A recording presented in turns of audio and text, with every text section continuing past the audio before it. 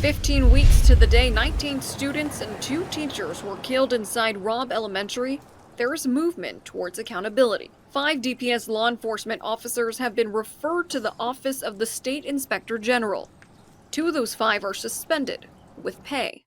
The 4 possible outcomes would be unfounded, exonerated, not sustained, or sustained. If the allegations are sustained, it means they are supported by sufficient evidence. Law Professor Bill Piatt says even if the State Inspector General chooses to not punish them, DPS Director Steven McCraw could. And the other thing he could do is he can refer it to the district attorney if he concludes there's been some illegal activity, and the district attorney can decide whether or not to bring criminal charges. While there's no official timeline, Piatt notes there is a process. I would imagine it would go relatively quickly at this point. The officers, however, have a chance to contest. They have a chance to review the accusations and offer any defenses that they have.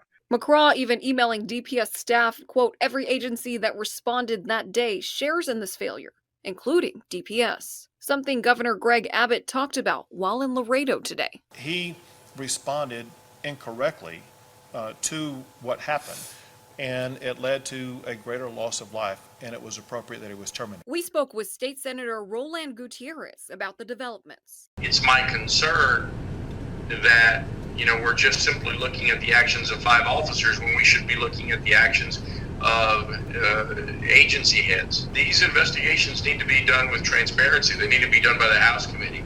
They need to be done by Senate committees. The bombshell development came as parents and loved ones were picking up their students after an emotional first day at Uvalde Elementary, which houses many of the surviving students from the day of the Robb Elementary mass shooting. Un poco de miedo, pero esperamos que todo salga bien. A little bit of fear, yes.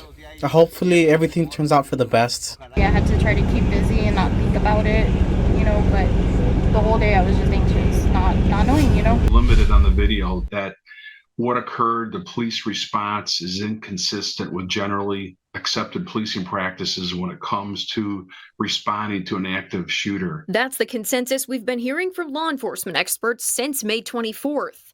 Former police chief and current police reform advisor Chet Epperson says accountability is still needed in the aftermath. State Senator Roland Gutierrez agrees. We still haven't seen DPS fully acknowledge publicly that there was some wrongdoings on their part. But it has been acknowledged in private. We obtained this July 20th email from Texas DPS Director Steven McCraw to all DPS employees. McCraw recalls this moment when he summed up the Robb Elementary shooting response to a Texas Senate committee.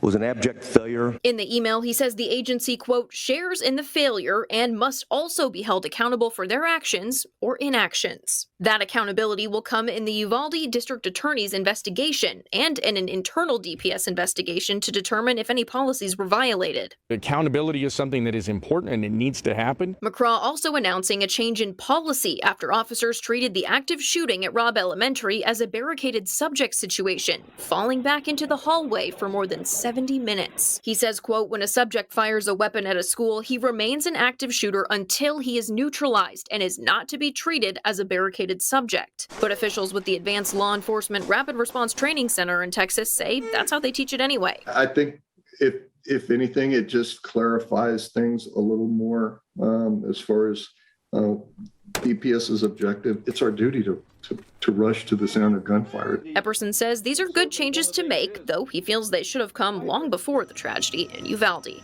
Do you think these changes are enough to keep what happened at Robb Elementary from happening again? Well, it's a start. And again, if they're establishing some things that they should be doing, that it's important that they immediately do those. They evaluate the training that takes place and everyone gets trained. In a day that many thought would be filled with fear, anxiety, and hesitation, children and families in Uvalde once again showed their unrelenting resiliency. Kids donned smiles instead of tears, laughs instead of cries, and as they have for the past 100 days, strength instead of weakness. Texas also showed their colors today. One color in particular, maroon. Students, parents, and schools from around the Lone Star State wore maroon today in support of this community, in support of the 21 lives lost. But while smiles and resiliency were apparent, so was frustration and the continuing battle for accountability. While schools like Dalton and Uvalde Elementary had 8-foot fences installed, Flores still under construction, leaving the school still unsecured. Some of the 5th graders at Flores this year were 4th graders at Robb last year. The families of the victims expressed their heartbreak and frustration on social media. Omri Jo Garza's mother posting this, saying, "You should be on your way to 5th grade today. I don't get to post back to school photos of you this morning. Instead, I come visit you at your gravesite." While Uzziah Garcia's father, Brett Cross, posted this picture of Uzziah's urn and said, "Seeing all over the country people wearing maroon for #UvaldeStrong, it's bittersweet. Seeing all these babies' first day of school pics puts a smile on my face, but the hole in my heart is ablaze. This is Uzziah's first day of school pic."